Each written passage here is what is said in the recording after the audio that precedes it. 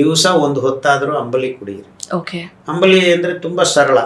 5 gram ಕೊರಲೆ ರವೆ ತಗೊಳ್ಳಿ. 5 gram ಅಂದರೆ 1 ಟೀ ಸ್ಪೂನ್.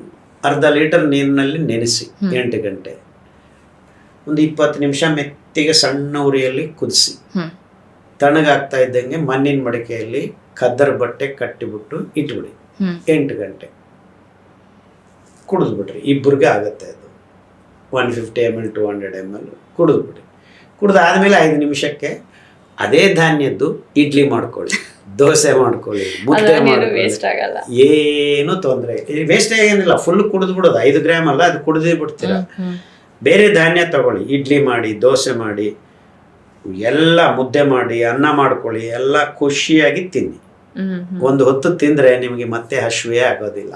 ಎಲ್ಲರೂ ಈ ನಡುವೆ ಮಾತಾಡ್ತಾ ಇದ್ದಾರೆ, ಈ ನ್ಯೂಟ್ರಿಷನ್ನು ಅದರಲ್ಲಿ ಇದಿದೆ, ಇದರಲ್ಲಿ ಅದಿದೆ ಅಂತ. ಎಲ್ಲ ಸೇರಿ ನಮ್ಮ ಸಿರಿಧಾನ್ಯದಲ್ಲಿ ಇದೆ. ಅಂಡ್ ಎಲ್ಲದು ಸೇರಿ ಇಲ್ಲದೆ ಇರೋದು ನಮ್ಮ ಸಿರಿಧಾನ್ಯದಲ್ಲಿ ಇದೆ. ಅಲ್ಲಿರೋದು ಇಲ್ಲದೆ ಇರೋದು ಪೌಷ್ಟಿಕಾಂಶಗಳ ಮಹತ್ವ, ಪೌಷ್ಟಿಕಾಂಶಗಳ ಅಗರ ಇದು. ಇನ್ಕ್ಲೂಡಿಂಗ್ ಥಯಾಲ್ ಅನ್ನೋ ಒಂದು sulphur based vitamins also are there in our siridhanya. That's great. And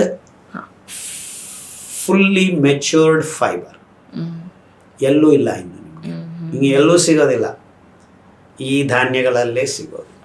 so ಇದರಿಂದ ನಿಮ್ಮ ಆರೋಗ್ಯಕ್ಕೆ ಪೂರಕವಾಗಿ ದೇವರು ಮಾಡಿರೋ ಊಟವನ್ನು ಬಿಟ್ಟು ನಾವು ಈ ತಿನ್ನಬಾರದನ್ನು ತಿನ್ನೋದರಿಂದ ರೋಗಗಳು ಬರ್ತಾ ಇದೆ ಹೊರತು ನಿಮಗೆ ರೋಗ ಬರಲೇಬೇಕು ಅಂತ ಇಲ್ಲವೇ ಇಲ್ಲ. Every one can be healthy. ಪ್ರಜ್ಞಾಪೂರ್ವಕವಾಗಿ ಸರಿಯಾಗಿ ತಿನ್ನಬೇಕು.